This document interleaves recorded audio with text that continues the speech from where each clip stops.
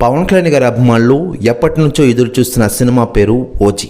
ఆయన హీరోగా నటిస్తున్న ఈ ఓజీ సినిమా రిలీజ్ కోసం ఫ్యాన్స్తో పాటు అటుపక్క సినిమా సెలబ్రిటీలు సైతం ఎంతో ఆసక్తికరంగా ఎదురు చూస్తూ ఉన్నారు.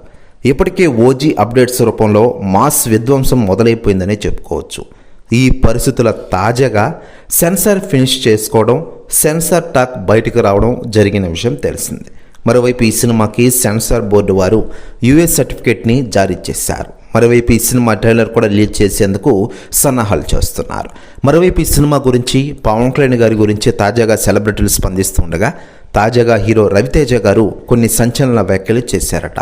ఆయన మాట్లాడుతూ, పవన్ కళ్యాణ్ గారి అభిమానిగా నేను ముందుగానే చెప్తున్నా, ఓజీ సినిమా ఖచ్చితంగా విధ్వంసాన్ని సృష్టిస్తుంది. థియేటర్లో ఫ్యాన్స్కి ఈసారి పండగే.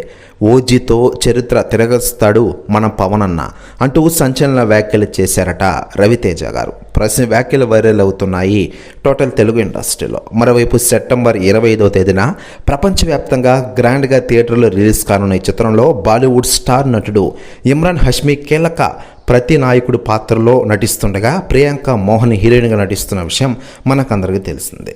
మరోవైపు యాక్షన్ ప్యాక్ థ్రిల్లర్గా దర్శకుడు సుజిత్ ఈ సినిమాను రూపొందించగా పవన్ కళ్యాణ్ గారు వింటేజ్ లుక్లో సరికొత్త ఎనర్జీతో కనిపించబోతున్నారని స్పష్టంగా అర్థమవుతోంది.